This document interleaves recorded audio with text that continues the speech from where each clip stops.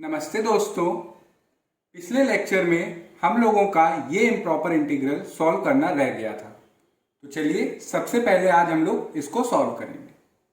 हमारा जो improper integral दिया हुआ है ये है 0 से इनफाइनाइट 1/x² प्लस a² का होल स्क्वायर dx। क्योंकि हमारा इंटीग्रैंड एक इवन फंक्शन है तो हम लोग इसको लिख सकते हैं 1/2 माइनस इनफाइनाइट से इनफाइनाइट 1/x² प्लस a² का होल स्क्वायर dx। ऐसा हम लोगों ने क्यों किया? क्योंकि हम लोगों को एक चीज पता है कि जो थ्योरम है उसके हिसाब से जब हमारी लिमिट माइनस इनफाइनाइट से इनफाइनाइट होगी और fx dx होगा तो उसका रिजल्ट किसके इक्वल आएगा? 2 π समेशन r प्लस। तो हम लोगों ने जो हमारा इम्प्रॉपर इंटीग्रल है उसको हमने इस रूप में लिखा। अब हम लोग क्या करेंगे? Consider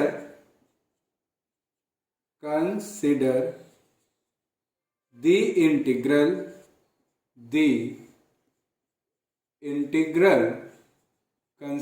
integral integration along c fz dz।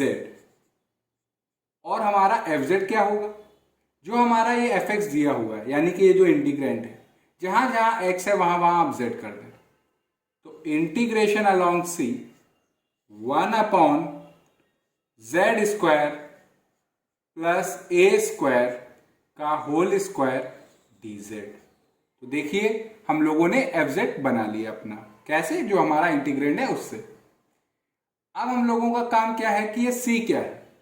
पिछले लेक्चर में हम लोगों ने देखा था कि c हमारा दो चीजों से मिलके बना है। यानी कि अगर हम लोग z प्लेन बनाएं,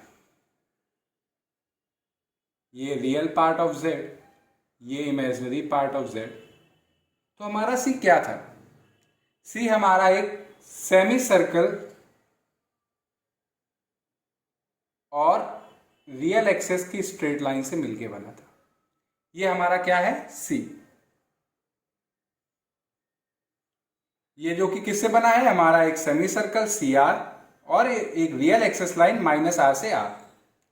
अगर हम देखें -r से r, यानी कि अगर हम लिखें where c is the contour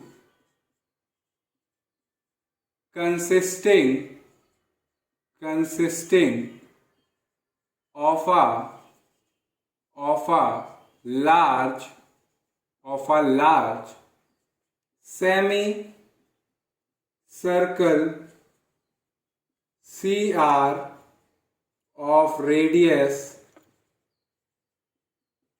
capital R together with the real axis from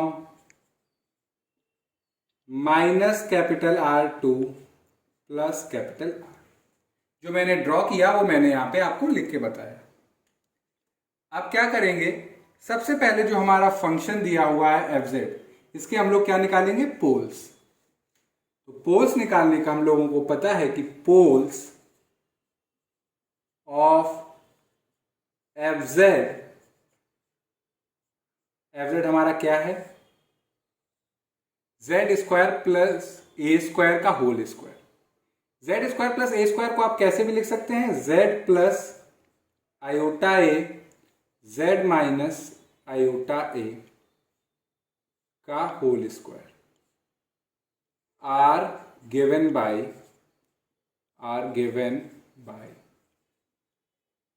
क्या करते हैं? क्योंकि अगर हमारा रैशनल फंक्शन होता है तो वहां पे सिंगुलैरिटी हमारी सिर्फ और सिर्फ पोल होती है। और पोल को निकालने का तरीका क्या है कि जो आपका डिनोमिनेटर है उसको आप जीरो कर दें। तो z plus iota a z minus iota a curly bracket का होल स्क्वायर इक्वल टू 0। तो डेट इज z हमारा क्या आएगा, प्लस माइनस आयोटा ए प्लस माइनस आयोटा ए, क्योंकि पावर हमारी कितनी है, 2 है, तो यानी कि आयोटा ए 2 बार और माइनस आयोटा ए माइनस आयोटा बार, ये भी 2 बार।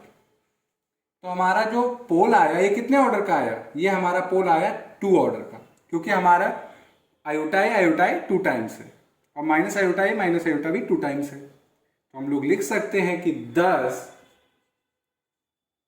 Fz has poles of order 2 at z equal to iota a और माइनस आयोटा ए, क्योंकि एक हमारा जो प्रॉब्लम है उसमें दिया हुआ है कि ए हमारा पॉजिटिव नंबर है। अगर ए हमारा पॉजिटिव नंबर है तो आयोटा ए हमारा रियल एक्सिस लाइन के ऊपर होगा और माइनस आयोटा ए नेगेटिव है तो ये रियल एक्सिस लाइन के नीचे होगा। तो हमारा जो नीचे है, उस जो पोल हमारा जो रियल एक्सिस लाइन के नीचे है, हमें उससे लेना देना नहीं है, इससे मतलब नहीं है, हमें किससे मतलब है, आयोटा ए से। तो आयोटा ए को हम लोग लोकेट कर देंगे और ये हमारा सी इस प्रकार का है कि आयोटा ए इसके अंदर आ रहा है। तो अब क्या करेंगे, कॉशी रेसिड्यू थ्योरम के हिसाब से अगर आपको पता है कि कोई अगर क्लोज्ड कॉन्टूर हो और उसके अंदर कोई पोल हो तो आप क्या करिए, उस पोल के करस्पॉन्डिंग आप रेसिड्यू निकालिए और 2 पाई आयोटा से मल्टीप्लाई कर दीजिए। तो सबसे पहला हम लोगों का काम है कि आप आयोटा ए पे रेसिड्यू निकालें। तो हम लोग पहले लिखते हैं कि but only z equal to iota A lies inside C, यानी कि सिर्फ z equal to iota A हमारे सी के अंदर आ रहा है। तो रेसिड्यू निकालेंगे, तो रेसिड्यू किसका, फंक्शन का, किस पॉइंट पे, आयोटा ए पे, वो क्या होगा बच्चों, क्योंकि ये हमारा जो पोल है ये ऑर्डर 2 का है, तो उसके लिए हम लोगों ने फॉर्मूला पढ़ा हुआ है 1/m-1। तो 1/m की वैल्यू यहाँ पे 2 है तो 2-1 का फैक्टोरियल। फिर लिमिट, जिस पॉइंट पे आपको रेसिड्यू निकालना है उस पॉइंट पे आपकी लिमिट टेंड करेगी, यानी कि आयोटा है। फिर हम लोग लगाते थे स्क्वायर ब्रैकेट और डेरिवेटिव क्या होता था, dm-1 अपॉन dzm-1, क्योंकि m की वैल्यू यहाँ पे 2 है तो ये होगा d2-1 dz2-1। फिर curly bracket z minus iota a, और जितने ऑर्डर का हमारा पोल है उतनी पावर और फंक्शन fz।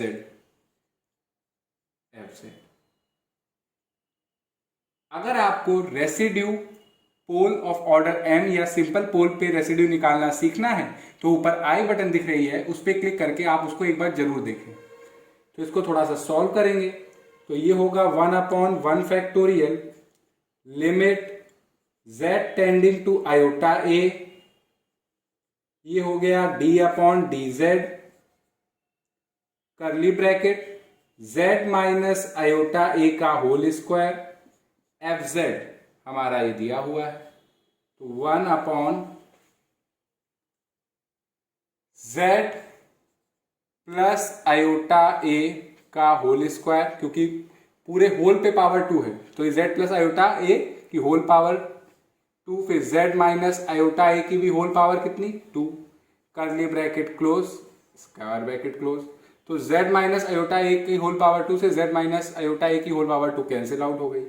इसको जब आप डेरिवेट करेंगे ये 1 रहेगा, तो limit z tending to iota a d/dz curly bracket 1/z plus iota a का होल स्क्वायर, करली ब्रैकेट बंद, स्क्वायर ब्रैकेट बंद। तो limit z tending to iota a, square bracket जब आप डेरिवेट करेंगे z के रिस्पेक्ट में तो आएगा -2 z प्लस आयोटा ए का होल क्यूब। जब आप लिमिट पुट करेंगे तो आएगा ये -2 आयोटा ए हो जाएगा 2 आयोटा ए, और 2 आयोटा ए का क्यूब तो 8 ए का क्यूब, ए क्यूब आयोटा क्यूब। तो आप एक काम करिए, ये 2 से 8 कैंसिल करेंगे तो 4 आएगा। आयोटा क्यूब को आप जानते हैं, आयोटा क्यूब होता है हमारा माइनस आयोटा। तो आयोटा क्यूब की जगह आप लिख सकते हैं माइनस आयोटा। तो ये माइनस से माइनस कैंसिल आउट हो गया, तो ये आया 1/4 ए क्यूब आयोटा। समझ गए होंगे आप। तो अगर हम लोग लिखें कि हमारा रेसिड्यू क्या आया, तो रेसिड्यू आया फंक्शन का z इक्वल टू आयोटा ए पे, वो आया हमारा 1/4 ए क्यूब आयोटा। इसको हम लोग, ये मार्कर हमारा थोड़ा सा लाइट चल रहा है, ये। तो हम लोगों ने रेसिड्यू निकाल लिया आयोटा ए पे। अब हम लोगों को सिंपली क्या करना है, कॉशी रेसिड्यू थ्योरम लगानी है। तो मैं बोर्ड रब करके आपको उतना पार्ट बताता हूं।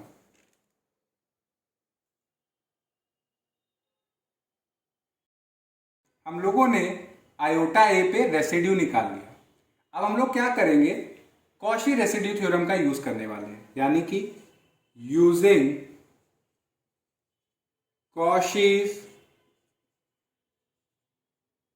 रेसिड्यू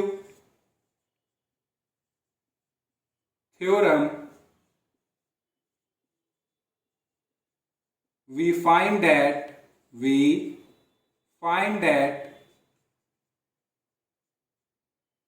कि हम लोगों को पता है कि इंटीग्रेशन अलोंग सी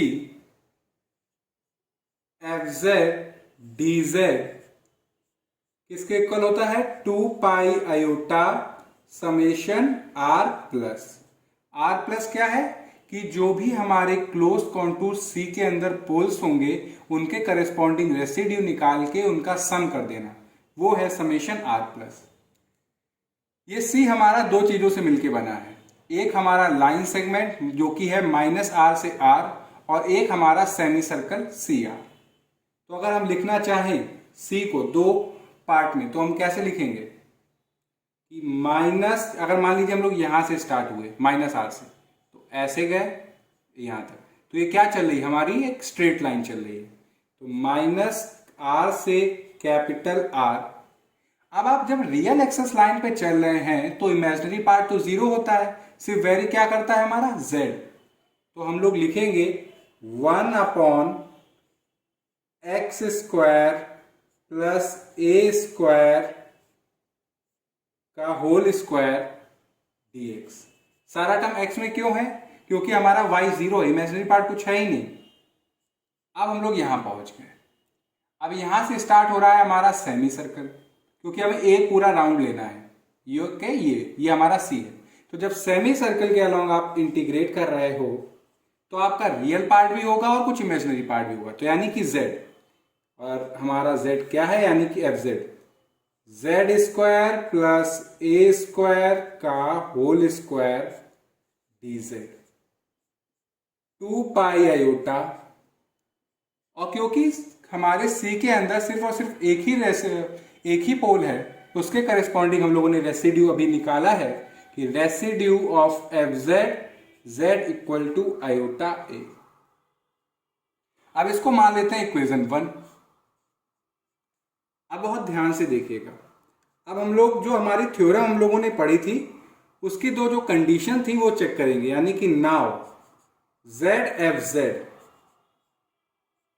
जेड हमारा क्या है, एफ जेड क्या है हमारा, ये z² प्लस a² का whole square.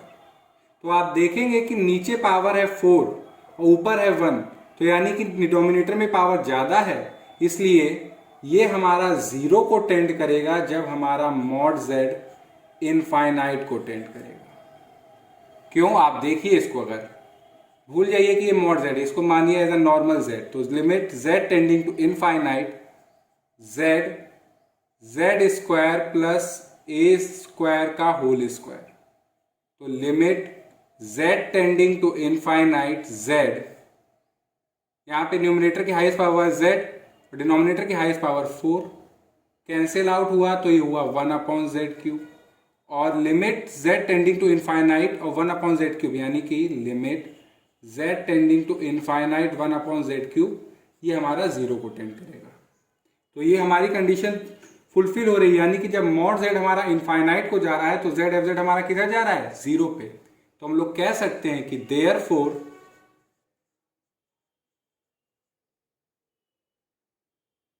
Integration along semi circle function हमारा z square plus A square का होल स्क्वायर dz, ये हमारा 0 हो जाएगा जब सेमी सर्कल का रेडियस इनफाइनाइट होगा।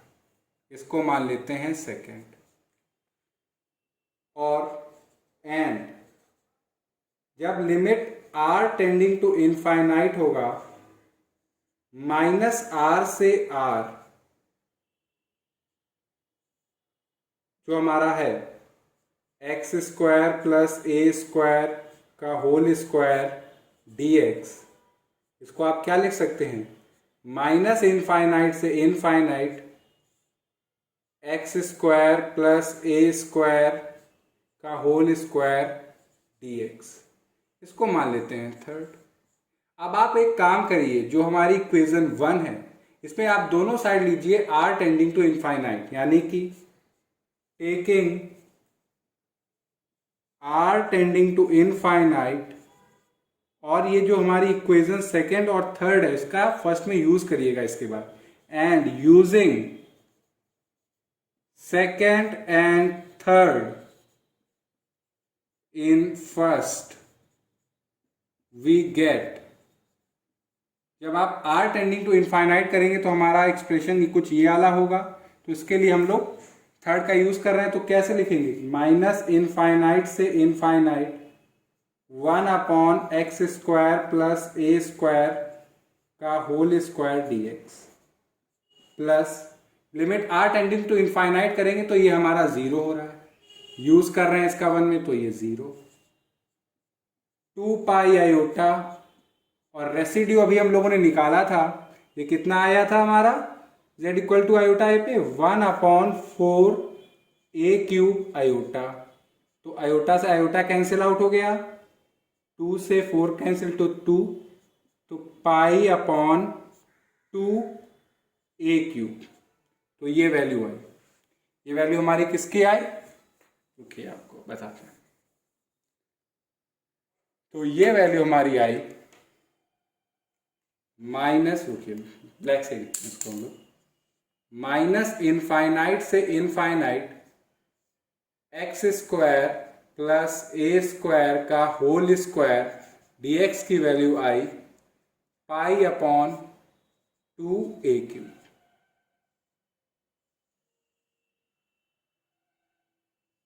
मगर हमें निकालनी किसकी है, हमें निकालनी है जब 0 से इनफाइनाइट हमारी लिमिट है, और ये जब 0 से इनफाइनाइट हमें निकालनी है तो जो माइनस इनफाइनाइट से इनफाइनाइट का जो इंटीग्रल को सॉल्व करके आएगा उसको 2 से जब डिवाइड कर देंगे तो हमारे जो गिवन इंटीग्रल है उसकी वैल्यू निकल आएगी। तो यानी कि नाउ ओके बच्चों, 0 से infinite 1/x square plus A square का होल स्क्वायर dx की वैल्यू क्या आएगी, 1/2 पाई अपॉन 2a क्यूब, यानी कि पाई अपॉन 4a क्यूब। और ये देखिए हम लोगों ने आंसर निकाल लिया, a स्क्वायर। तो ये हम लोगों का इम्प्रॉपर इंटीग्रल रह गया था सॉल्व करने को, तो इसको आज हम लोगों ने सॉल्व किया। अब मैं इसको रब करके आपको ये जो सेकेंड इंटीग्रल है यानी कि फोर्थ, ये आपको करके बताता हूं। तो चलिए अब हम लोग ये जो हमारा इम्प्रॉपर इंटीग्रल है इसको सॉल्व करते हैं, क्योंकि यहाँ पे लिमिट हमारी 0 से फाइनाइट है, मगर अगर आप देखें तो जो इंटीग्रैंड है ये हमारा इवन फंक्शन है, तो आप इसको ऐसे भी लिख सकते हैं 1/2 माइनस इनफाइनाइट से infinite 1/1 plus X square n+1 dx। तो consider the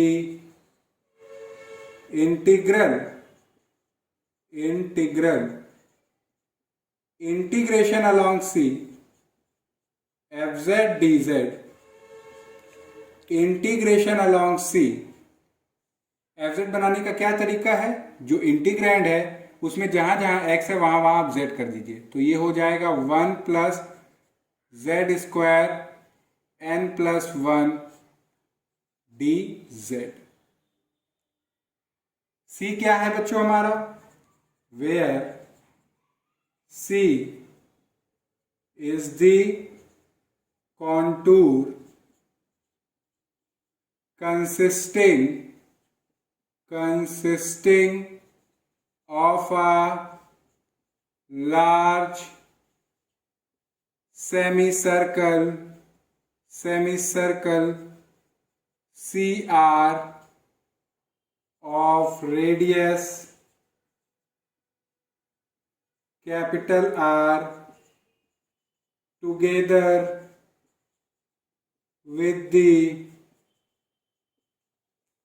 real axis from minus capital R to capital R। तो ये हमने बताया कि सी हमारा क्या है। अगर इसको हम ड्रॉ करें तो सी हमारा, अगर हम यहां पे ड्रॉ करते हैं इसको,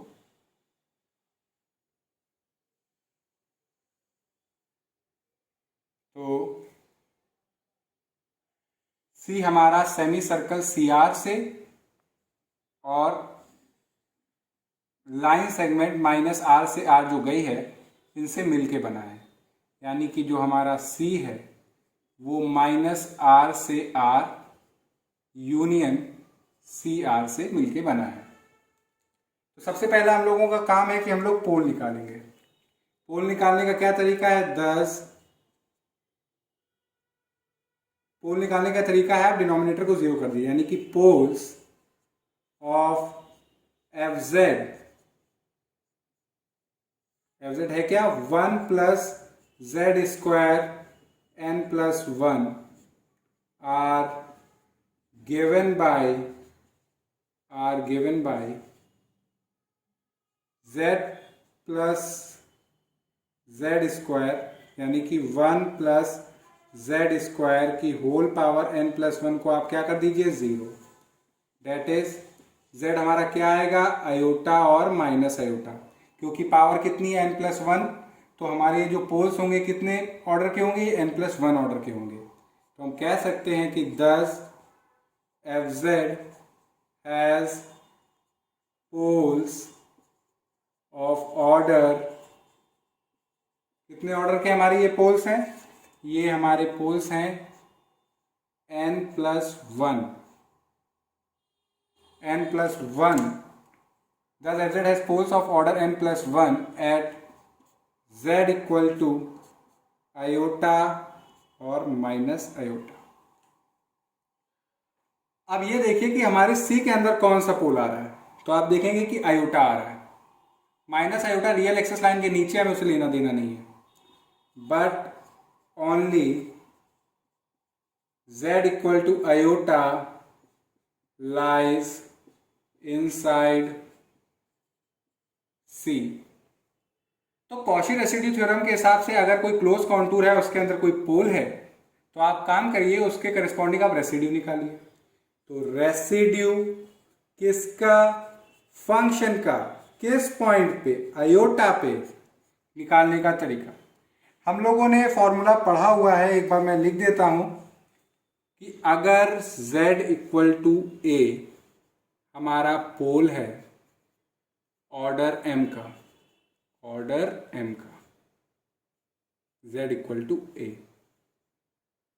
तो रेसिड्यू फंक्शन का z इक्वल टू a पे क्या होता था, वो होता था 1 upon m minus 1 factorial limit z tending to a square bracket D m minus 1 D Z m minus 1 curly bracket z minus a की whole power m f z curly bracket close square bracket close.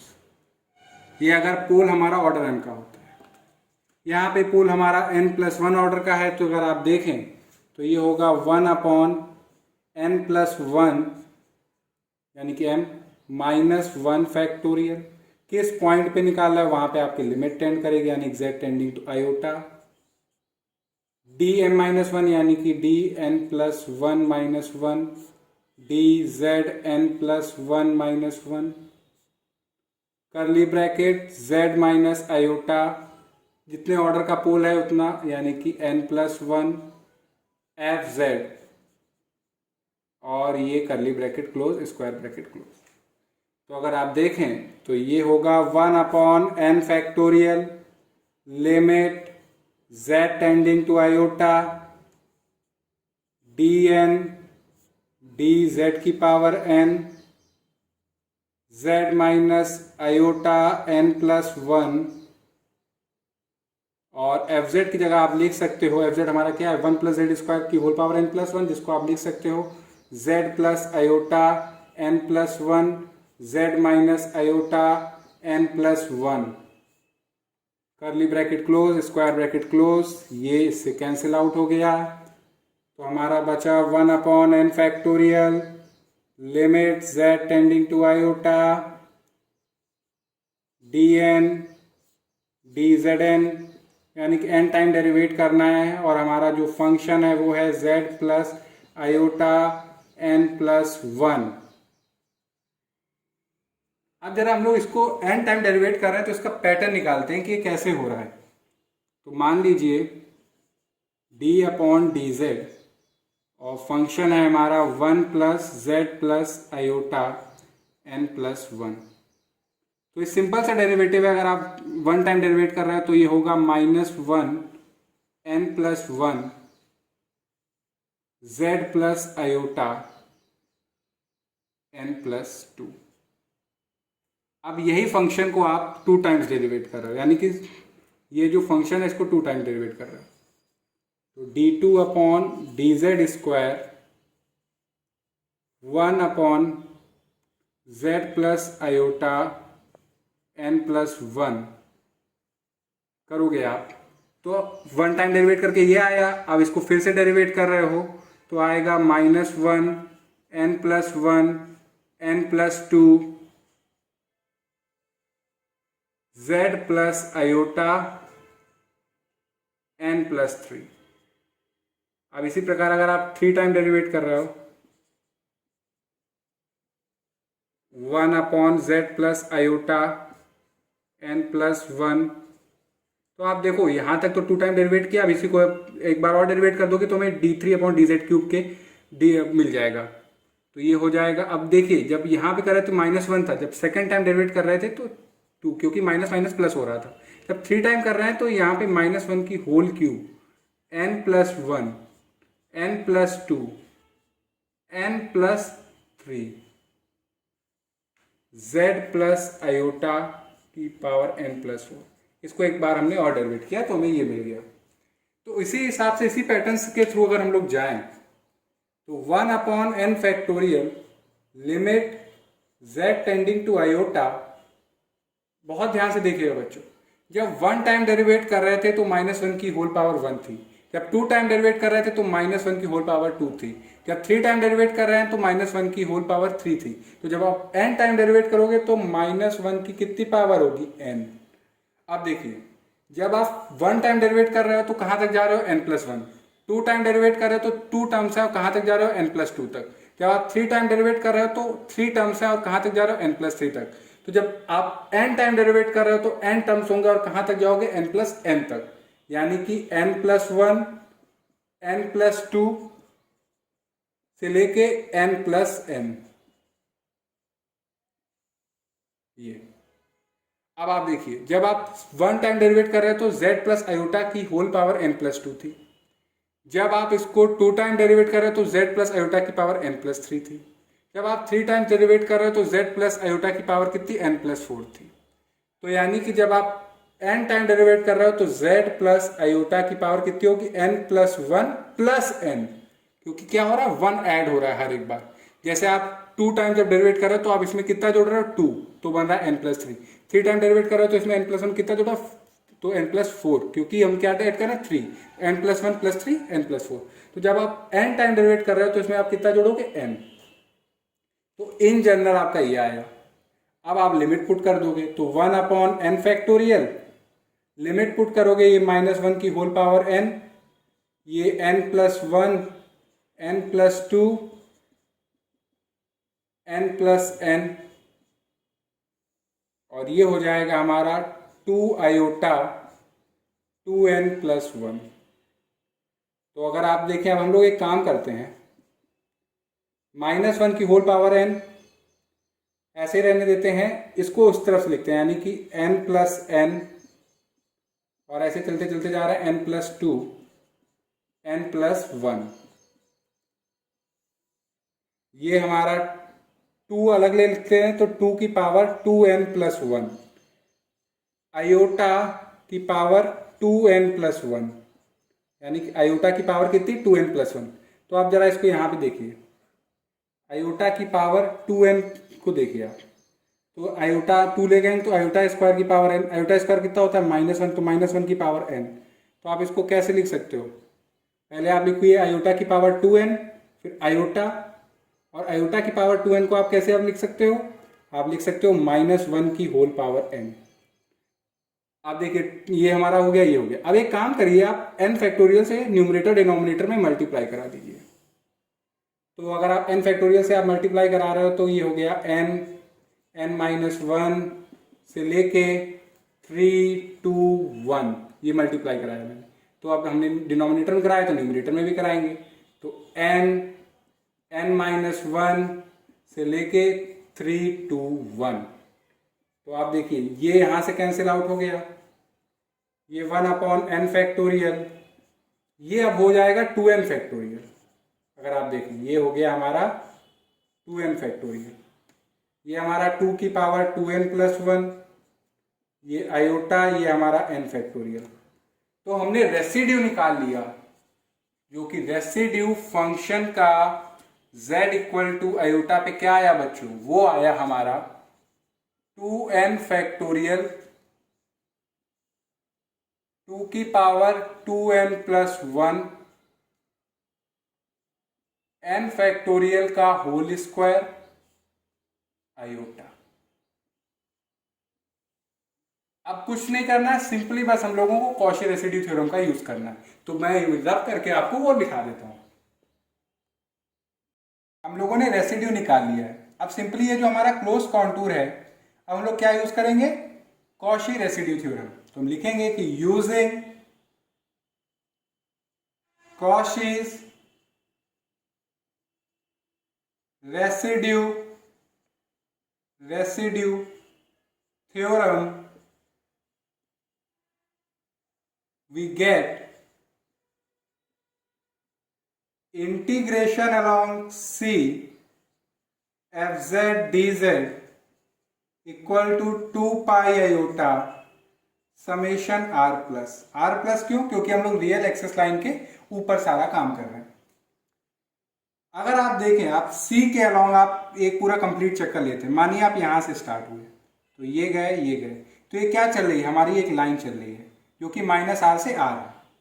तो -r से r, अब आप जब real access line पे चल रहे हैं तो हमारा इमेजिनरी पार्ट 0 होता है, तो सिर्फ और सिर्फ हमारा फंक्शन किस पे डिपेंड है, x पे। तो हम लोग लिखेंगे 1/1 + x² की whole power n+1 dx plus, अब यहां पहुंच गए, अब यहां से हमारा सेमी सर्कल स्टार्ट है।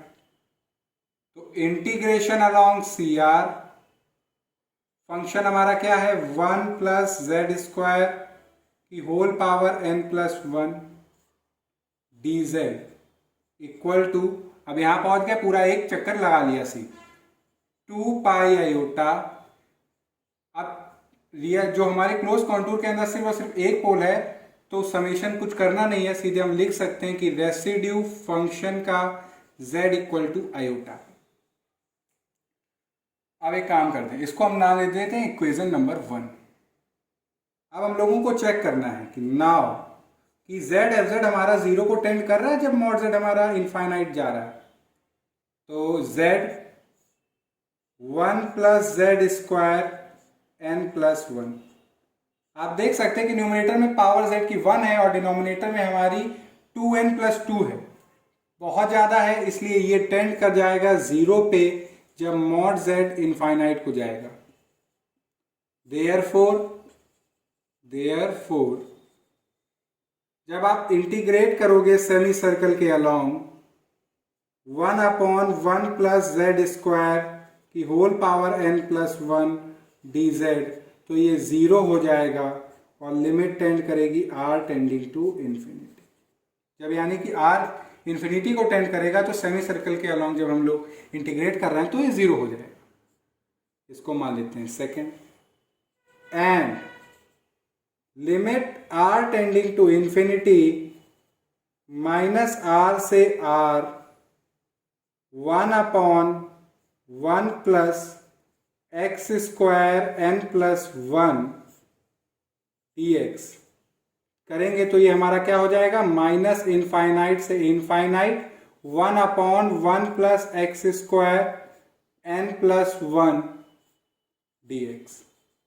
इसको नाम दे देते हैं थर्ड। अब क्या करेंगे कि taking r tending to infinity and using 2 and 3 in 1 we get। अब जब r टेंडिंग टू इन्फिनिटी करेंगे आप इक्वेशन 1 में, तो limit r tending to infinity, तो ये हमारा किस फॉर्म में आ जाएगा, इस फॉर्म में। तो लिख सकते हैं माइनस इनफाइनाइट से infinite 1/1 plus X square n plus 1 dx। Limit r tend to infinity करेंगे तो ये सेमी सर्कल के अलोंग करेंगे तो ये जीरो 2 पाई आयोटा, और अभी हम लोगों ने रेसिड्यू निकाला जो कि आया हमारा 2n फैक्टोरियल 2 की power 2n plus 1 n factorial का whole square iota.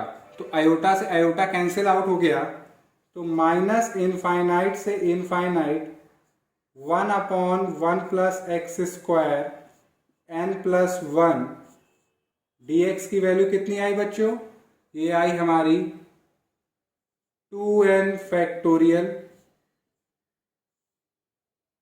n factorial का होल स्क्वायर। 2 है यहाँ पे, 2 से कैंसिल आउट हो जाएगा, तो 2 की पावर 2n पाई की पाई। तो ये हम लोगों का आ गया माइनस इनफाइनाइट से इनफाइनाइट करने पे इम्प्रॉपर इंटीग्रल। अब कुछ नहीं करना है, ये पता नहीं क्यों ये रेड मार्कर मेरा आज से चल रहा है, तो फिर से देखिए। तो 0 से infinite 1/1 plus X square n plus 1 dx, ये होता क्या है 1/2, माइनस इनफाइनाइट से इनफाइनाइट की वैल्यू हमने निकाल दी है, ये आई है, तो 2n फैक्टोरियल, ध्यान से, तो 2n फैक्टोरियल पाई n फैक्टोरियल का होल स्क्वायर 2 की पावर 2n, तो ये हुआ 2n फैक्टोरियल पाई n फैक्टोरियल का होल स्क्वायर 2 की पावर 2n प्लस 1, और ये आ गया हम लोगों का इम्प्रॉपर इंटीग्रल का आंसर, जो कि बहुत आसान था, हम लोगों को कुछ नहीं करना था और हम लोगों ने बहुत आराम से निकाल भी लिया। एक आपको चलते चलते एक चीज और बता देते हैं कि अगर आप x की जगह tan थीटा ले लें, x को मान लीजिए tan थीटा। अब जरा यहां पे प्रॉपर इंटीग्रल पुट करके देखिए, जब तो यहां पे लोअर लिमिट क्या हो जाएगी 0, जब x हमारा इनफाइनाइट होगा तो tan में अगर देखेंगे तो ये पाई बाई 2 1/2 अब आपको पता है 1 प्लस टेन स्क्वायर थीटा क्या होता है बच्चों? ये होता है हमारा सेक स्क्वायर थीटा। तो यानी कि ये हो गया sec square theta, sec square theta n+1। और इसको जब आप डिफ्रेंशिएट करेंगे तो ये आएगा dx equal to sec square theta D theta. Sec square theta D theta. तो आप dx की जगह आप पुट करेंगे तो आ जाएगा sec square theta D theta. तो अगर आप देखें तो 0 से π/2 सेक स्क्वायर थीटा किसे निकालेंगे, कैंसिल आउट हो जाएगा। नीचे आएगा हमारा सेक स्क्वायर थीटा n, क्योंकि और ये डी थीटा। तो ये हो गया हमारा, जब ऊपर जाएगा तो 0 से π/2 cos 2n theta D theta. तो इसकी वैल्यू हमारी क्या होगी, यही होगी, यानी कि 2n फैक्टोरियल पाई n फैक्टोरियल का होल स्क्वायर 2 की पावर 2n+1। तो देखिए हम लोगों ने एक इसका वो भी पर्टिकुलर केस लेके देखा। तो आज हम लोग यहीं तक रखते हैं। अगर आपको इन दोनों एग्जाम्पल में किसी में कोई प्रॉब्लम हो तो आप कमेंट सेक्शन में लिख के बताइएगा। Thank you.